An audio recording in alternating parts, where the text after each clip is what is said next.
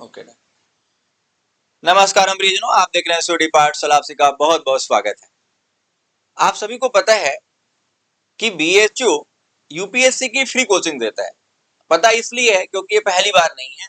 इससे पहले और पहले के सालों में भी बीएचयू के यूपीएससी के फ्री कोचिंग में बहुत सारे बच्चों ने एडमिशन लिया था, लेकिन ये एडमिशन ऐसे ही नहीं मिल जाता है।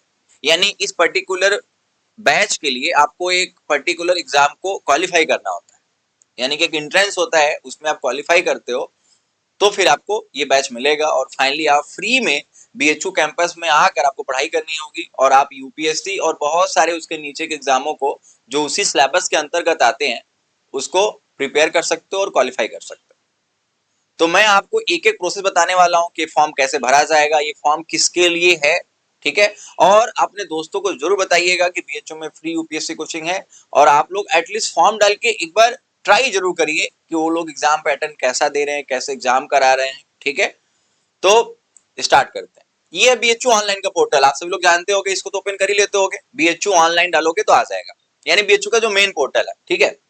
स्क्रॉल करके जब आप नीचे जाते हो तो यहाँ पे पीएचडी है, क्योंकि पीएचडी का अभी इंटरव्यू चल रहा है तो ऑलमोस्ट इसका एडमिशन कंप्लीट होने वाला है। थोड़ा सा और नीचे जाते हो तो आप देखो लिखा हुआ है सेंट्रल सिविल सर्विसेज एग्जामिनेशन, ठीक है, डैश 25-26, ओके।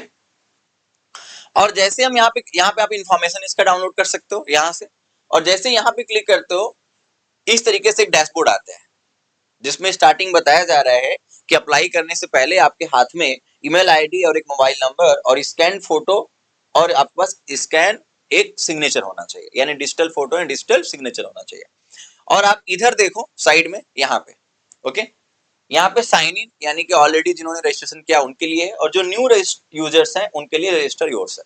आप यहाँ पे जब आते हो तो आप देखोगे कि सीधे यहाँ से आपके ईमेल आईडी, ठीक है, यानी कि आप पहले रजिस्ट्रेशन कर चुके हो तो यहाँ पे ईमेल आईडी डालोगे, पासवर्ड, फिर यहाँ पे पासवर्ड दोबारा, फिर अपना नेम, फिर डेट ऑफ बर्थ, फिर अपना जो सेक्स है वो, और कैटेगरी। अब यहां से पता चलेगा किसके लिए है। तो कैटेगरी पे देखो क्या है, दो ही ऑप्शन है, SC not ST, SC and OBC NCL, यानी इन दो कैटेगरीज के लोगों के लिए फॉर्म है। Not for general, not for EWS, not for ST. किसके लिए है ये है आपका एससी एंड ओबीसी एनसीएल के लिए, ठीक है। आगे आपको अपने माताजी का नाम, एड्रेस, फिर मोबाइल नंबर और साइन अप कर देना है। जब यहाँ पे हो जाएगा तो फिर आप फिर से यहाँ बैक जाओगे, ये वाला जो प्रोसेस है, ठीक है, क्योंकि आप रजिस्ट्रेशन हो गया। फिर यहाँ से आप साइन इन करोगे तो आप देखो आपसे वही पूछेगा क्या, ईमेल एड्रेस, पासवर्ड, जो पासवर्ड अभी आपने क्रिएट किया था, यहाँ पे वो डालोगे तो फाइनली आपके पास एक फिर आप पूरा एक प्रोसेस का फॉर्म आ जाएगा, यानी कि अब फॉर्म आप भरोगे।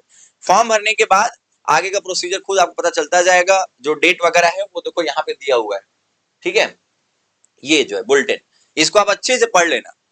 इस बुलेटिन में सब कुछ अच्छे से यहाँ पे दिया हुआ है कि एग्जाम कब होगा, कैसे होगा, एडमिट कार्ड कब आएगा, ये तमाम चीजें देखो यहाँ पे। इसकी एलिजिबिलिटी क्राइटेरिया यहाँ पे, ठीक है। और आप नीचे जाओ, ओके, एज लिमिट भी है 35, ऑनलाइन एप्लीकेशन है, ठीक है, ओके। और यहाँ पे मतलब जो भी चीजें एक बार आप पढ़ लेना, क्योंकि अपने अकॉर्डिंग एप्लीकेशन की जो फी है वो कितना है, 250 रुपए, ठीक है।